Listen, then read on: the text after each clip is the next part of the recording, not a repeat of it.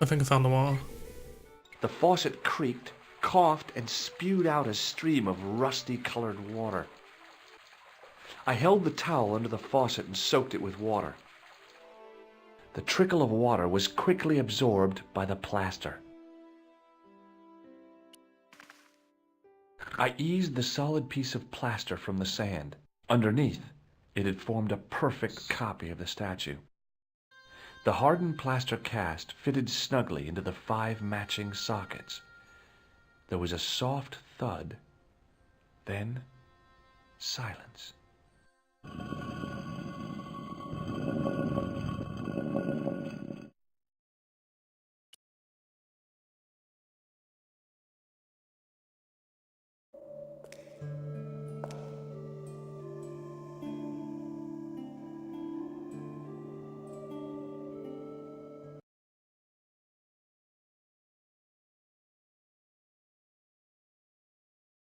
I had messages waiting to be played. You have 3 messages. Hey, Collard, it's me, your favorite editor. Guess what? I'm gonna give you a second chance. I need somebody to write the TV column. Pays lousy, so what's new?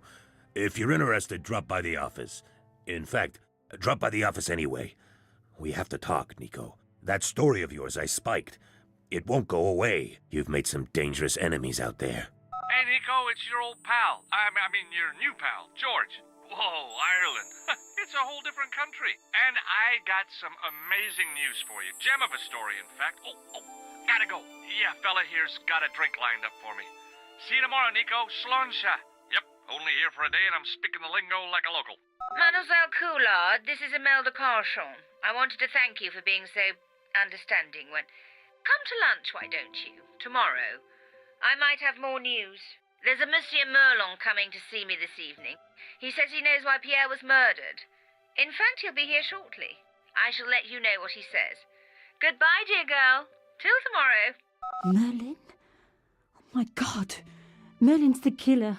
I better get over there and warn her now. When it came to being two-faced, Imelda was up there with the best. I owed her nothing, but I couldn't just let her die. I arrived to find the Palais Royal courtyard deserted. I only hoped that I'd beaten the assassin here. I had to warn Imelda before it was too late. I released the second wire. Even with both wires removed, the statue remained upright. The intercom system wasn't working. Bad sign. Somebody had cut the wire. Locked? No way was I going to break through a door like that.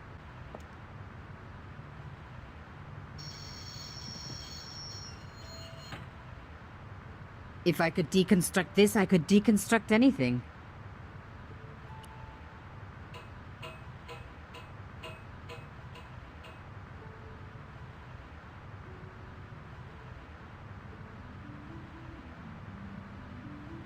The plastic sheet was thick and strong.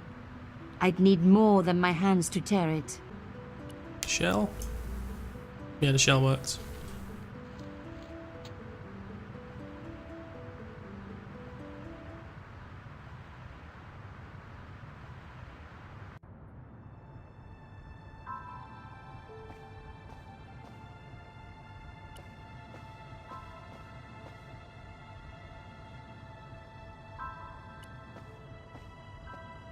My God, I'm too late.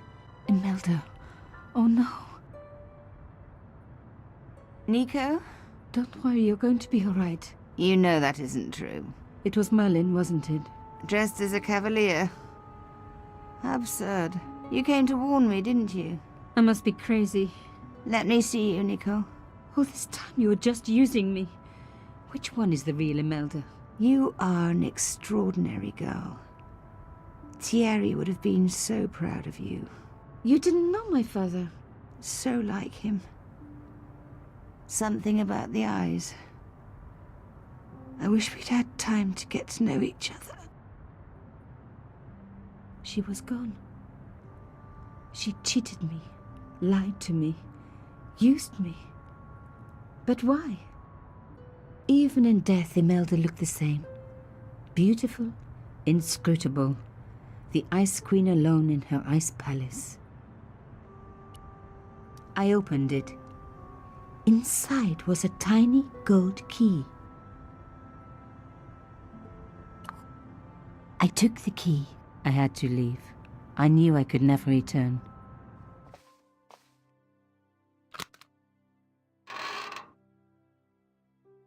In the dim light, I caught the reflection of something metallic. A small, sinister-looking metal disc had been tucked under my father's box. It was a bug. Oh, chère cousine, you left me a little present. You shouldn't have.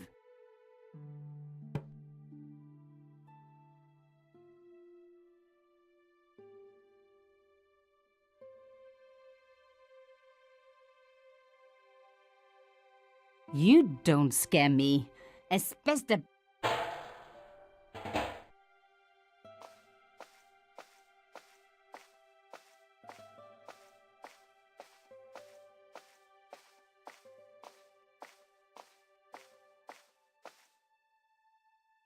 Oh, there's that elephant again.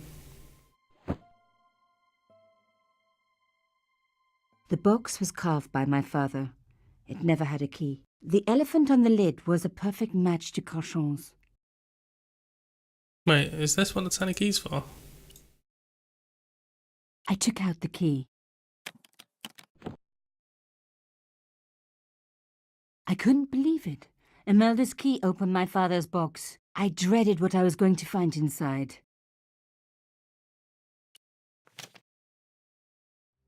It was a photograph of Imelda, but why here?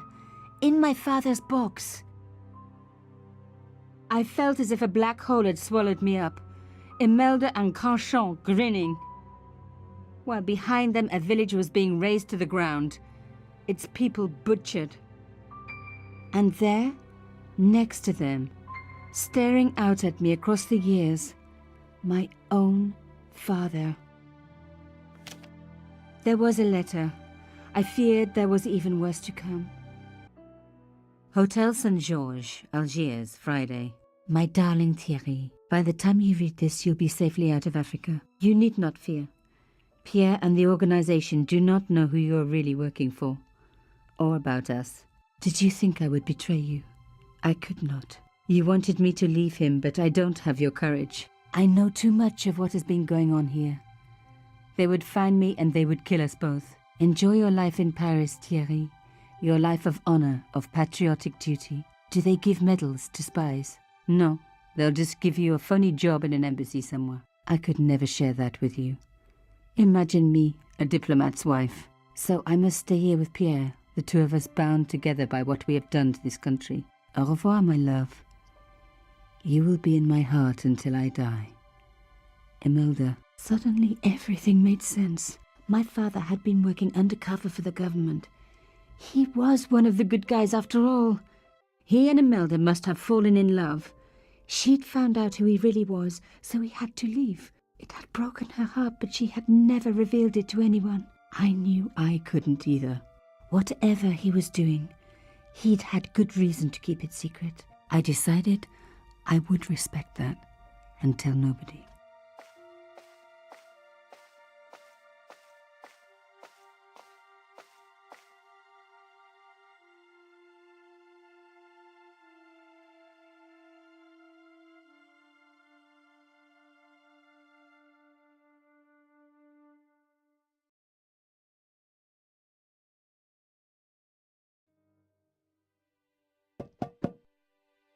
I knew it was George.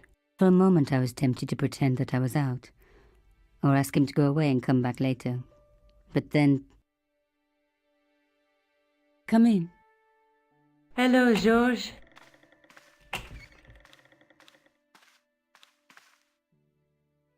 So, where did you stay last night? At McDevitt's.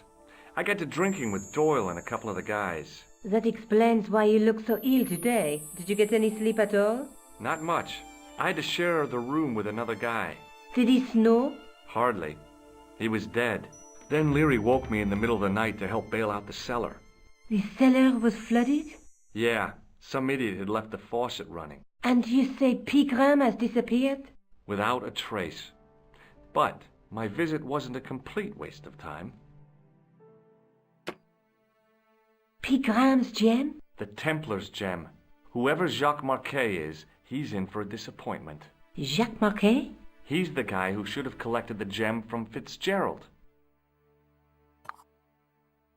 What are your plans? I want to find out who, what, or where Montfaucon was. All I've got to go by is the name and a picture of a hanged man. Do you want this photograph back? No, you keep it. I can always make another print. Don't forget to look for Lobinot at the Kron Museum. And why don't you see if Rousseau has heard anything? Okay. Anything else I can do for you while I'm out? Shopping, a trip to the laundromat? Just take care of yourself. I so much wanted to talk to George about everything that had happened, but I knew I never could. My father's connection to Africa would have to remain a secret forever. His bravery would be known only to the government and to me. Revealing it would just damage his memory. People would take the story and twist it. Before long, he would be the villain and Carchon would be the hero. I know how they do that. I'm a journalist. Do you know anything about the Knights of the Temple? No, sir. Not a sausage. The sign on the tripod says it was found at a Templar preceptory. It does? Yeah. It doesn't mention John Dee at all. Most remiss. You don't know anything about the tripod, do you? No, I don't. I never had much of a start in life, you see. I owe what little education I gained to my uncle. He was an optician, but he also doubled as the village school teacher. He taught me the alphabet. Well, 19 letters of it. The bottom row of the chart was too small even for him to read, so he left them out. Why don't you start over and enroll for adult education? You know, I never thought of that. Do you think if I studied hard and did all my homework, I could be a professor of history? At your age? Dream on. Can you give me any further information about the tripod? Certainly, monsieur. It's infamous. That tripod, that belonged to John Dee. What's the importance of John Dee's tripod? Dee was the most famous escapologist of the 16th century. The Houdini of his time. Don't you mean alchemist? Escapologists use ropes, chains, and handcuffs, not tripods. Well, whatever he was, that is the tripod he used in his experiments. What kind of experiments did John Dee perform with his tripod? Oh, the usual. Didn't you study chemistry at school? Yeah, but we skipped over thaumatology. Can I take a closer look at the tripod? What? Get it out of the case? Ah, no! That tripod is protected by a sophisticated surveillance system. How sophisticated? A painfully loud alarm. Right, I think we've done all this Thanks for your conversation before. Let's just leave. Sergeant Moo? Yes. Have you heard of a man called Marquet? Yes. He used to be known as the Mole of Montmartre. I heard he's been hospitalized, probably by one of his rivals. Which hospital was Marquet taken to? The Hagenmeyer Clinic. In the Avenue des Hérissons. Why was Marquet known as the Mole of Montmartre? Because he lived in Montmartre, I suppose. Yeah, but why the mole? I don't know. Maybe he ruined people's lawns. I'd like to report an assault. Yes, monsieur? Where is the victim? I'm the victim. I've been harassed by a pair of thugs. I see. And where did this alleged assault take place? Outside the Hotel Ubu. They stopped me as I was leaving and went through my pockets. Could you describe the suspects, monsieur? One looked like a gorilla, and the other looked like a weasel. Their names are Flap and Guido. Bon. I'll get them this time. Right, so I think that was it. See you later, Sergeant. All I can get from that guy. Let's leave. Hi, my name's George Stobart. Really? If you wish to make an appointment, see the receptionist. I'm looking for a guy named Jacques Marquet. In which department does he work? He doesn't. He's a patient. I see. You do realize there are strict policies regarding visiting hours, don't you? This is important. I have to talk to Marquet urgently. We make no exceptions to the rules.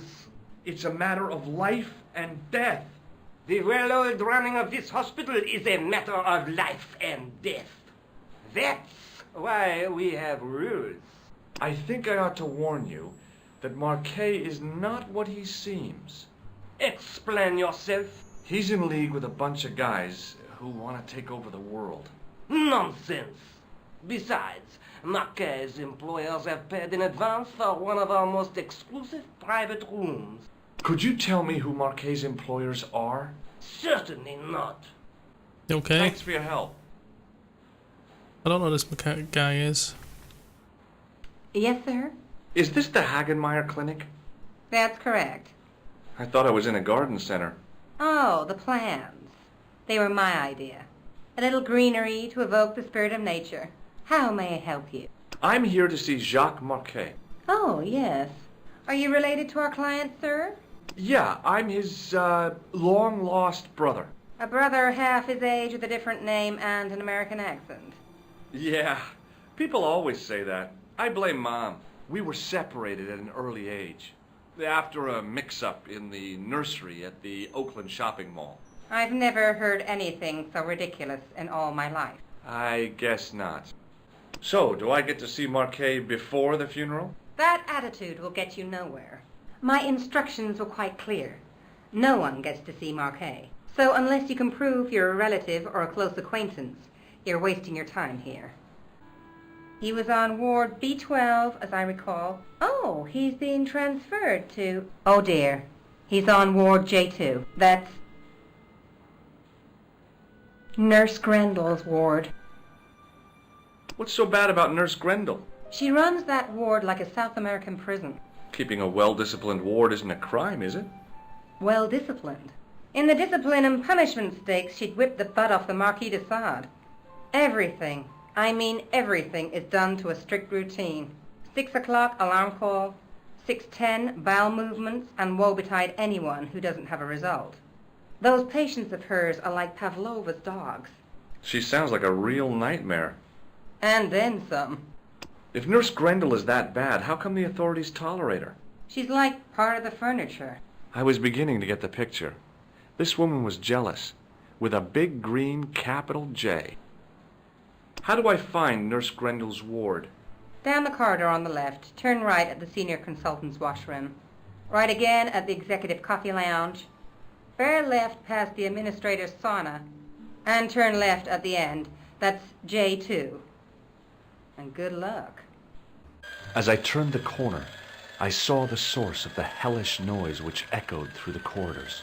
It was an industrial polishing machine with an odd-looking guy in tow. Hello. What's that? I said hello. Oh, hiya. I'd like to talk to you for a minute. That's what I thought you said. Don't look so down in the mouth. No matter how bad things seem, I never let life get on top of me. Oh, yeah? What's your secret? Why, it's easy. All you have to do is smile and whistle this little tune. You know what? If you start whistling, I'll bust you in the teeth. It's a deal. Have you seen any unsavory characters lurking about in the corridors? No, sir, I haven't. But I've got nothing to worry about. What's that, Mr. Shiny? You'd take good care of the rascals, I'll bet you would. With a friend like him, I've no fear of oppressors. It must be a great comfort. He is. Would Mr. Shiny be your polishing machine by any chance? Please, don't call him that. He's more of a friend than a machine. I've had Mr. Shiny for 3 years, and he's never let me down once. How come you got so attached to a polishing machine? I asked you not to call him that. He's got a name, you know.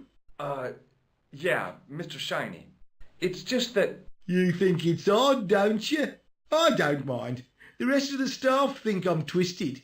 I heard them snorking behind me back when I gave Mr. Shiny his weekly pull-through. Do you know where I'd find a patient called Marquet? No, I'm not allowed on the wards with Mr. Shiny. I'm gonna... Hey now, you can't go in there. How come?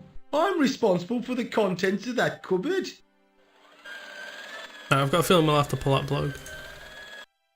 Oui, monsieur. Is this Ward J2? It is, but you're not supposed to be here. We have strict rules about visiting hours. Can't you make an exception? I've come all the way from California. You must speak to the doctor. I can't wait that long. What if he snuffs it? You can't talk like that here. This is a hospital. You will have to leave.